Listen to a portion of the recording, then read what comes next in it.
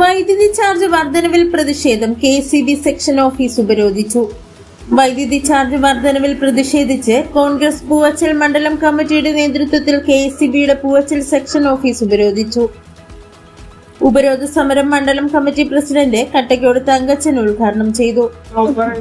അതിന്റെ മറ്റു രീതിയിലാണ് ഇന്ത്യ മഹാരാജ് ഭരിക്കുന്ന നരേന്ദ്രമോദി. നാം കാണുന്നില്ലേ, റെയിൽവേയില് കോടിക്കണക്കിന് ആളുകളെ നിയമിക്കാൻ കഴിയുന്ന പൊതുമേഖലാ സ്ഥാപനങ്ങൾ, ഇന്ത്യൻ എയർപോർട്ട് മുതലായ പൊതുമേഖലാ സ്ഥാപനങ്ങളെല്ലാം അംബാനി പോലുള്ള സ്വകാര്യ കമ്പനിക്ക് വിറ്റഴിച്ചുകൊണ്ട് ഇവിടുത്തെ യുവാക്കന്മാർക്ക് തൊഴിലില്ലാത്ത ഒരവസ്ഥ സംജാതമായിരിക്കുന്നു.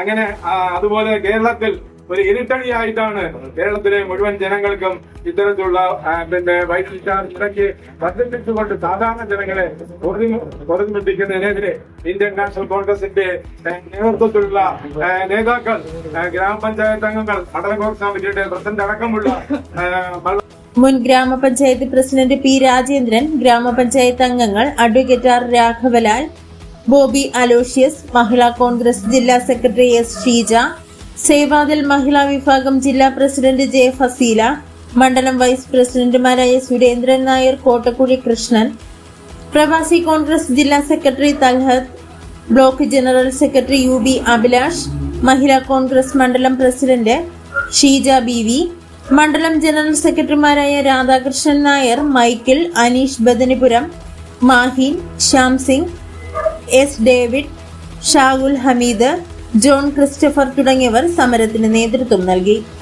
ജീവനക്കാർ ഓഫീസിൽ കയറുന്നതിന് മുമ്പ് 9:30 ആരംഭിച്ച സമരം കാട്ടാക്കട പോലീസ് എത്തി 11 മണിക്ക് അറസ്റ്റ് ചെയ്തു നീക്കി.